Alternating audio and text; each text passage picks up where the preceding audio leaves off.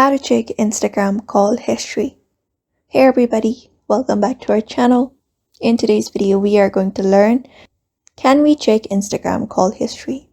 Hey everybody, welcome back to our channel. In today's video, we are going to find out if we can see the call history on Instagram or not. So let's just dive right into the video and find out how to do it. So if you want to check your call history on Instagram, first of all, head over to Instagram.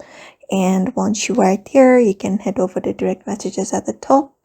And once you are here, if you have any call, you can usually find it going through the chats. But if you want to look out to the history of call, so before the update of the Instagram, we had the feature here in the top, we had that icon that used to let us watch the call history. So when we used to tap on that plus icon right beside the pen icon, we could see the call history, like whom we have called, the missed calls and everything. But right now, Instagram has removed that feature. So unfortunately, the only way is finding out by going through the chats.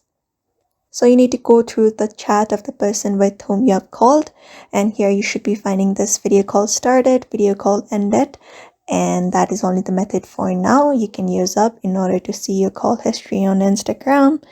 So I hope this video was helpful to you, and thank you for watching this video.